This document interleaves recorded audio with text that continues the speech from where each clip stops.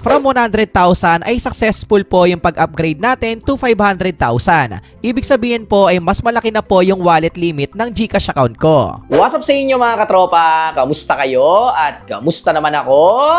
You know! So ngayon for today's video ay magkakaroon na naman po tayo ng isang simpleng tutorial na kung saan ituturo ko sa inyo kung paano nga ba i-upgrade at pataasin ang wallet limit natin sa ating GCash account. From 100,000 ay pwede po natin itong i-upgrade to 500,000 na wallet limit at syempre, ituturo ko sa iyan sa video na ito. Pero bago tayo magsimula, pasok!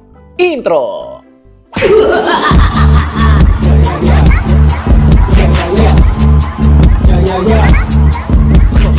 Yes, ituturo ko nga sa iyo kung ano nga ba yung step-by-step na kailangan mong gawin para mabilis mong ma-upgrade ang wallet limit ng iyong GCash account. Huwag kang mag-alala dahil napakabilis lang po ng kailangan nating gawin at kung ready ka na, punta na tayo sa tutorial. Let's go! Yes, mas maganda nga po kung mas mataas nga po yung wallet limit ng ating GCash account. From 100,000 ay gagawin po natin yung 500,000. Malaking tulong po ito lalo na kung meron po kayong business, kayo po ay nagka-cash in or nagka-cash out, meron po kayong pumapasok na pera na medyo malaki at kailangan nyo ng mas malaking wallet limit, ituturo ko sa inyo step by step kung paano po yung kailangan nyong gawin. Ang unang step na kailangan po natin gawin ay ma-make sure po natin na naka-fully verified po yung GCash account po natin. At kung naka-fully verified na po kayo, ay pindutin lang po natin yung profile limits na nasa taas. At dito kung makikita po natin, from 100,000 ay successful po yung pag-upgrade natin to 500,000. Ibig sabihin po ay mas malaki na po yung wallet limit ng GCash account ko. And also, mas tumaas na rin po yung limit natin sa daily outgoing limit, pati na rin po sa monthly incoming. At para mapataas natin yung limit ng ating GCash ay pindutin lang po natin yung learn more about your limits here. At ngayon, kailangan lang po nating i-scroll down yan para makita po natin yung mga differences ng account limits. So dito sa account type, sabi ko nga sa inyo, mas mababa kung kayo po ay naka-basic at fully verified lang. Dapat ma-make sure natin na ma-upgrade po natin yan into GCash Plus or Enterprise para maging 500,000 po yung limit po ng ating GCash. And after po nyan, ay scroll down lang po natin at makikita po natin dito yung step by step na pwede nating gawin na kung saan may dalawang options po tayong pagpipilian para mag-upgrade po yung GCash account natin. So dito, para maging GCash Plus yung ating GCash account ay kailangan po natin muna mag-fully verified, which is ayan po yung step 1. Actually guys, napakabilis na po mag-fully verified ngayon basta meron po kayong valid ID na nasa listahan po ni GCash, mag-scan lang po kayo ng face o yung selfie, magsasagot lang po kayo or mag-fill out ng information, then pwede na kayo mag-submit. Then okay na po yun at mag-fully verified na po yung GCash account nyo. Kapag fully verified na po yung GCash account nyo, ay pwede na po tayo mag-proceed sa step 2. Sa step 2 guys ay pwede nyong gawin yung option A or option B, depende po yan sa inyo. At huwag kayong mag-alala guys dahil parehas ko pong ituturo sa inyo yung step 2 na may option A at option B. At ngayon, simulan na po natin para makapag-upgrade po tayo ng ating GCash account. So dito kailangan po muna nating i-exit or i-back po muna natin. At kapag nandito na po tayo sa ating profile, option A po muna yung uumpisahan po natin. Click lang po natin dito yung My Link Accounts.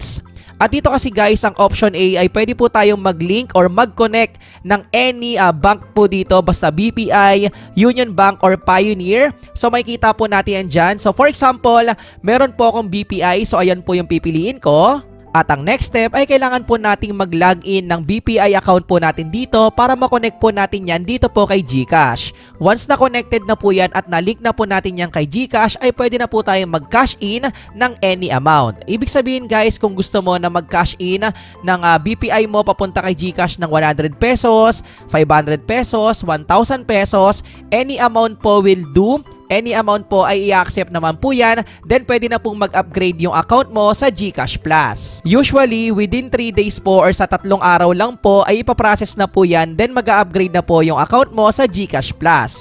Ibig sabihin yung wallet limit mo ay magiging 500,000 na. At ayun po yung pinakamadaling step actually na pwede nyong gawin na napaka-basic para makapag-upgrade po kayo ng wallet limit nyo. Ngayon naman po ay based naman sa experience ko, pwede rin po kayo sa option B which is yung ginawa ko na mag-o-open po tayo ng GSave or GInvest. So dito guys, pindutin lang po natin yung GSave for example. At dito may lalabas po na welcome to GSave. Click lang po natin dito yung start na nasa baba. So dito guys, actually pwede kayong mag-participate dito or pwede nyong gawin na kung saan saan meron po ditong mga bank, yan, which is yung partner ni GCash na pwede po kayong makipag-invest or makapag-invest. So dito guys, meron silang mga daily interest na kung saan tumataas po yung pera natin dito. Depende po yan sa interest na binibigay po ng partner na banks ni GCash. So ayan guys, yung sa GSave na pwede nyong gawin in case lang naman na interesado kayo na kung saan kumikita po or tumataas naman yung mismong pera natin na ipapasok natin dito. Pero ngayon ay magpo-focus tayo dito sa pinaka-own experience ko na kung saan nag-open po ako at nag-try nitong G-Invest. Dito talaga tumaas yung wallet limit ko na kung saan nag-deposit at nag-invest lang po ako dito sa G-Funds ng 100 pesos. Then after po ng ilang araw ay na-upgrade na po yung GCash account ko at yung wallet limit ko to 500,000. So dito guys, pwede nyong itry yung G-Funds, G-Stocks at yung G-Bonds. Pero dito guys, ang ginawa ko po ay yung G-Funds. Pero again guys, reminder ko lang po sa inyo, ang pagkakaalala ko ay kailangan po natin mag-submit ng valid ID dito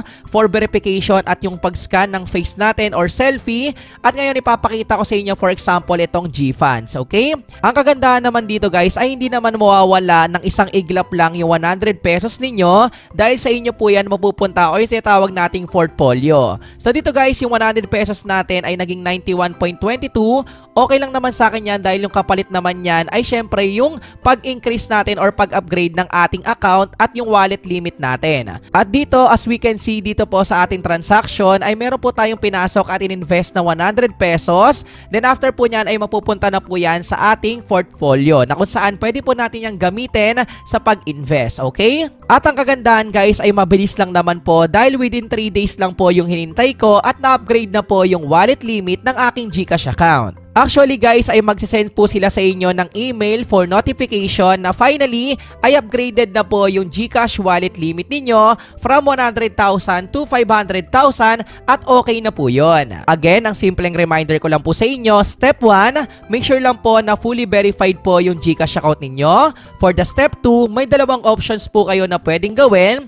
Yung letter A or option A ay napaka-basic lang naman. Pwede kayo mag-connect ng BPI, Union Bank or Pioneer Bank. And yung option B na tinuro ko sa inyo, pwede po kayong mag-open ng GSave or G-Invest, then magka-cash in lang po kayo or mag-i-invest po tayo at deposit ng at least 100 pesos. Ganun lang po yon. At ayun lang po yung mga steps na kailangan nating gawin at sundan para mabilis po na ma-upgrade ang ating GCash account at pataasin yung wallet limit natin. Ang kagandahan po kasi ay malaking tulong po yung pagpapataas or pag-upgrade natin ng wallet limit in case lang na may business ka at malaki yung pera na pumapasok sa'yo. Lalo na po ngayon na nauuso na yung pagpapa-cash in, pagpapa-cash out na kung saan kailangan po natin ng mas malaki na wallet limit. Kaya sa video na ito ay tinuro ko po sa inyo yung iba't ibang options na pwede nyong gawin at sundan para mapataas po yung wallet limit ng inyong GCash account. At ayun lang po yung simple tutorial natin sa araw na to at sana meron ka pong bagong natutunan. At kung ikaw ay may clarification, suggestions, or questions, ay pwede mo yung i-comment dyan sa may comment section sa baba. And also, pwede mo ring i-like and follow yung Facebook account ko na makikita mo dito. At syempre, kung bago ka lang at napadaan ka dito sa YouTube channel ko, ay welcome na welcome ka. Pwede ka mag-subscribe at pinutin ang may wagang notification bell para sure at 100% sure na updated ka sa mga future uploads ko. You know, peace out, like, comment, subscribe. Peace! One love!